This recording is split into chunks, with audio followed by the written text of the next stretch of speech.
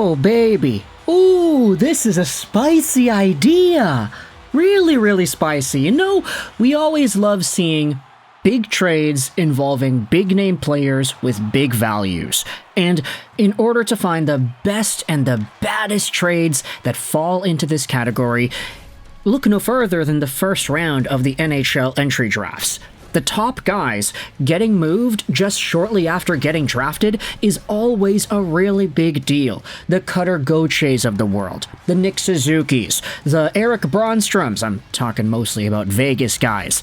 But even going back prior years, you know, when Bowen Byram gets traded for Casey Middlestad, it's a huge deal, it's a huge trade. And so now, what I wanted to do was talk about some guys taken in 2023, as well as 2022. Because one of the guys that we're talking about that could potentially be a Canadiens target, we had already made a video about him earlier, I think it was last week, if not 2 weeks ago, but we're revisiting that idea because of a video segment on BPM Sports Talk Radio's YouTube channel. This will be linked in the description, as well as an article on HabsFanatics.com by Elias Ediam that goes out there and transcribes the comments made by Stefan Gonzalez as well as Marco Normandin. A blockbuster trade has been proposed that would land Juraj Slafkovsky's friend in Montreal. Of course, we're talking about New Jersey Devils defenseman Simon Nemec. Now, we had already gone through the entire song and dance about Nemec, what made him interesting as a player prospect, and his story at the 2023 NHL Draft. 2022 NHL Draft. He was taken second overall behind fellow countryman Juraj Slafkovsky. They're good friends. Filip Mešár, the other Slovak dude taken towards the end of the first round, was also a comrade of theirs. But Simon Nemec has gone through a pretty difficult path with the Devils so far. 20 years old, already on the team, but he's only got 1 point in 9 games played. Interestingly enough, that 1 point actually came all the way back on October 22nd. He hasn't played a game since.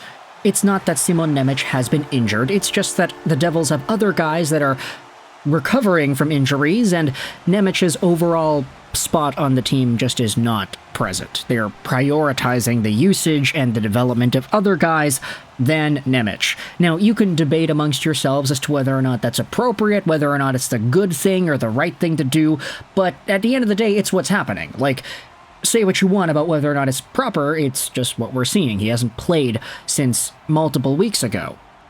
So, with this in mind, let's go out there and read what was discussed on BPM Sports about Simon Nemec and whether or not the Montreal Canadiens could be a target here. Marco Normandin on the BPM Sports video said this: "Among the names starting to circulate on the market, one of the most intriguing is probably that of young defenseman Simon Nemec of the New Jersey Devils. Drafted just behind Juraj Slafkovsky in the 2022 draft, he hasn't played since October 22nd, having been benched by Sheldon Keefe in the last 5 games. Stefan Gonzalez went out there and replied, "Forget about offers like Armia plus a second-round pick.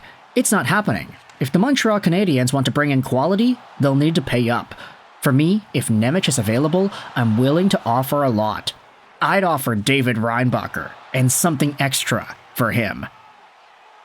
Oh, goodness, that's a big trade.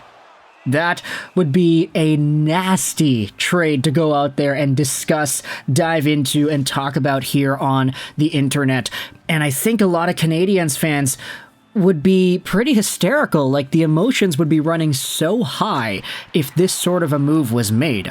On the one hand, Nemec was taken second overall for a reason. He's got that top 2 defenseman ceiling potential. He can be just a versatile, every situations kind of guy. You think about the projections, what Simon Nemec kind of looks like. If he pans out, he could be like a Morgan Riley-esque, offensively capable, defensively responsible guy who maybe puts up 70 points a year, and doing this while eating a whole bunch of minutes. He was so good in terms of how he projected in his draft-eligible years that to see him take a back seat in New Jersey is kind of surprising. So thinking about this kind of a player, this kind of a, let's just say, for lack of a better word, prospect. I know he's not a prospect anymore. He already had a full season with New Jersey last year where he had 19 points. Thinking about this kind of a guy as a trade chip, that's demanding. It's going to be huge, whatever sort of return New Jersey would want. And for David Reinbacher to be listed as a return, okay, I totally get, and quite frankly, I totally agree with the idea that if the Habs wanted to trade for Nemec, they'd have to trade Reinbacher plus some extra stuff to get it done. It's not going to be Nemec for Reinbacher 1-for-1. Reinbacher is a lower value defenseman than Nemec is. Straight up. Nemec already has an NHL season under his belt. I guess, 60 games, right? It's an NHL season. It's almost there. David Reinbacher is coming off of a year in Switzerland where he was admittedly a little bit worse than what he was in his draft-eligible year. It's not really his fault, though, because the team just stunk. He had 5 points in 11 games with the Laval Rocket as well. We know he hasn't played this year because he got injured in the preseason game against the Toronto Maple Leafs, and with David Reinbacher missing upwards of 6 months after recovering from surgery, there's not going to be any value that Reinbacher brings to the Canadiens or the Laval Rocket any time within that span. Like, he's just not going to be available. So, if the Montreal Canadiens, who might be in the market for a top 4 D-man, not might be, they are, if they wanted to accelerate that process whilst retaining some youthful exuberance, maybe trading away David Reinbacher plus, let's say, a third and a fourth, or David Reinbacher and a second, or David Reinbacher and maybe 2 seconds, if that's what gets it done, maybe doing this sort of a move allows the Canadiens to still retain that long-term value. Nemec is still very young, and at the same time improve their decor with a guy who would boast the best ceiling heading into the long-term future. Like, I know what you'll say, Lane Hutson, right? He's great, fantastic, we love Lane Hutson. But if I had to project, like, who's going to be the better defenseman in 5-10 years, it's an easier, safer bet to say that Nemec is going to do that than Hutson.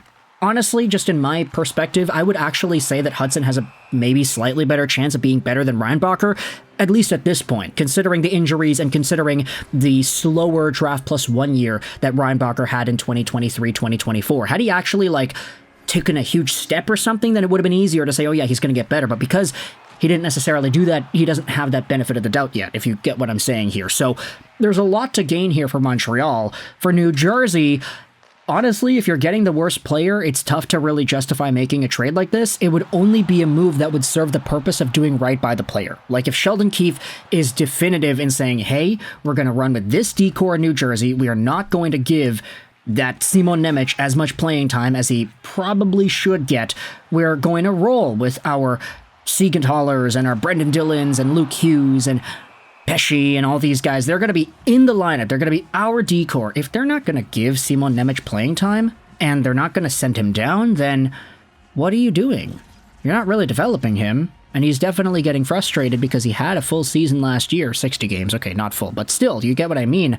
To go from that to being priced out of your own hockey team is kind of frustrating. So for Nemec, if he wants out, if he wants to get a new opportunity with his buddy Slav and his buddy Filip Mesar, maybe this is the kind of trade to work. And I think for New Jersey, they would have a lot more patience with a guy like David Reinbacher, and they wouldn't necessarily need him to be amazing right away.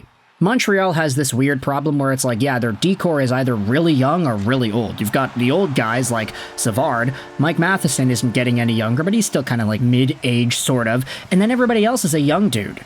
So they have this thing where they have so many young guys breaking onto the scene that they kind of need them all to battle it out like dogs and one-up each other if they want to get those spots. For David Reinbacher, especially coming off of an injury and a surgery like he has had, he might not actually be equipped for that sort of a battle in the short-term future. It might take him a year or two in the AHL before he's fully able to take that next step because he got sidelined for half a year with this injury. For a team like New Jersey, on the other hand, they've got their veteran guys, they've got Dougie Hamilton, they've got Siegenthaler, Kovacevic has been doing really well, and they still have their young dudes, like Luke Hughes, but they don't necessarily need Luke Hughes to be the Luke Hughes that we think he's going to be just yet. They don't need these guys to be super amazing right now. It's very evident with Simon Nemec because he's not even getting playing time. So for David Reinbacher, if he was in New Jersey instead, it would make sense, in my opinion, to make this work. I actually really like this idea, and I want you to let me know your thoughts in the comment section below. How do you feel about trading Simon Nemec for David Reinbacher and a bunch of other stuff? The article, the YouTube video with the BPM radio talk will be linked in the description. I hope you enjoyed this video. And bye.